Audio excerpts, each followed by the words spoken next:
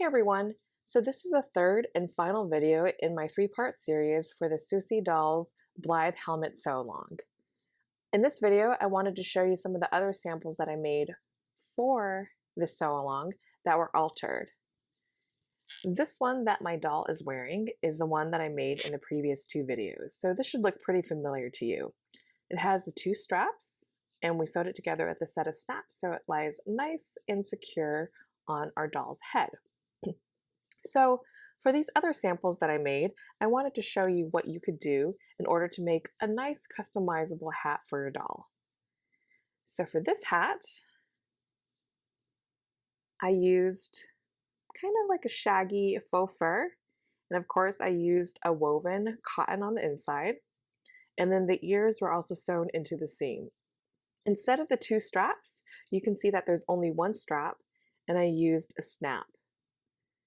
I had mentioned in my previous video that if you're using lining fabric or fabric that tends to be a little bit more delicate when it comes to sewing your snaps onto it, you want to make sure that you use an interfacing or a scrap of fabric on the inside to sew your snap to so the snap does not tear out. So I can show you what this hat looks like on my cute little model.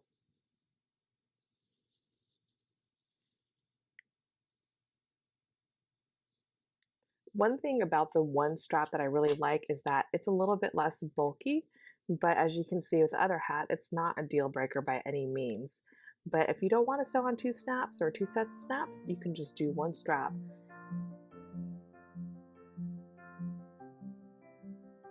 When putting on helmets, one thing that you want to do is just be careful that you don't smear or rub against the blush that's on the doll.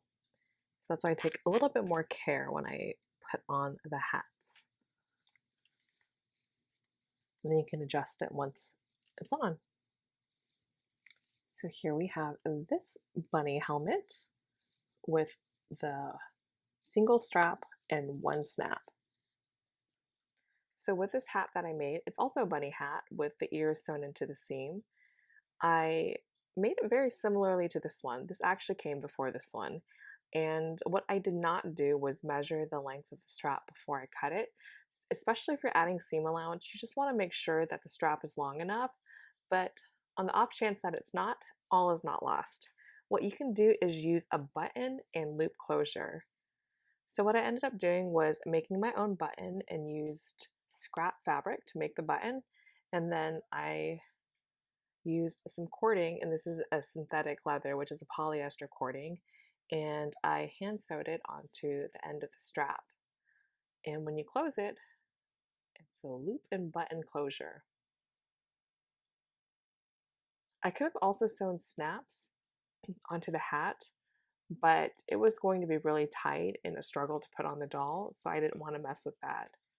So let me show you what that one looks like.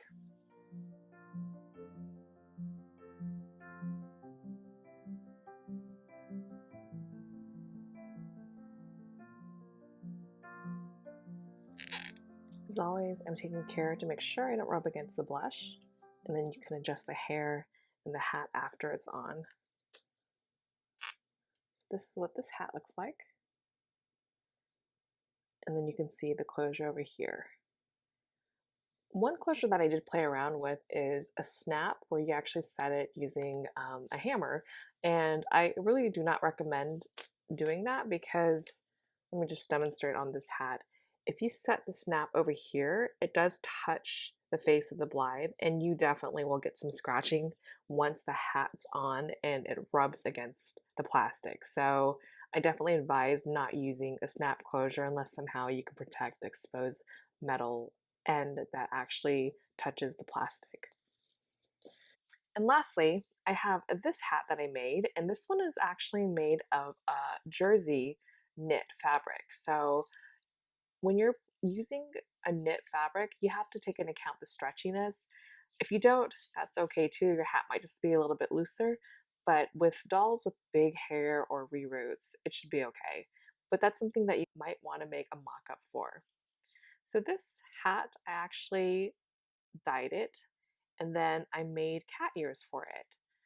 So the cat ears that I referenced in my earlier videos, you just want to be careful about sewing them into the seam.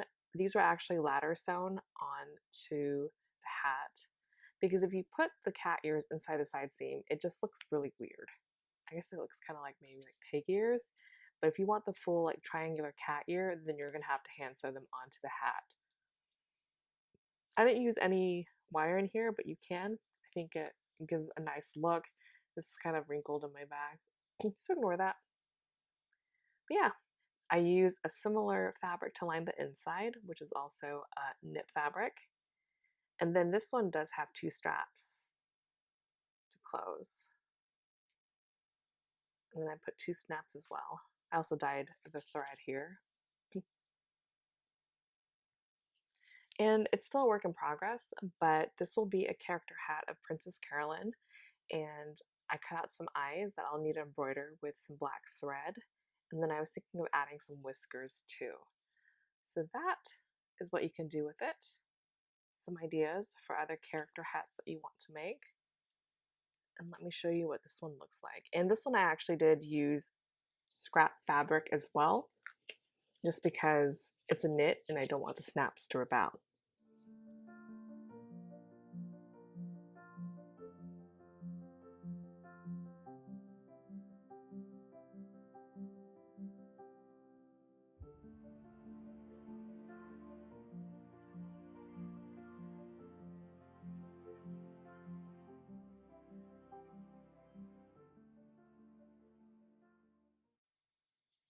It's just an idea of what it looked like once you sew all the features on. I think it turns out pretty well too. And this one's stretchy, so there's a little bit more room here, but you can see that if you don't adjust the seam allowances to account for the stretch, then it might be a little bit bigger, but it's still okay. I hope you guys enjoyed sewing these hats together as a group. I'd love to see your end results, whether it's in the Facebook group Blythe Sewalong, or if you post it on Instagram and use the hashtag Blythe Sewalong. Next week, I will have another sew-along that fits in with the Halloween theme, and I hope to see you there. Until then, have a great rest of your week.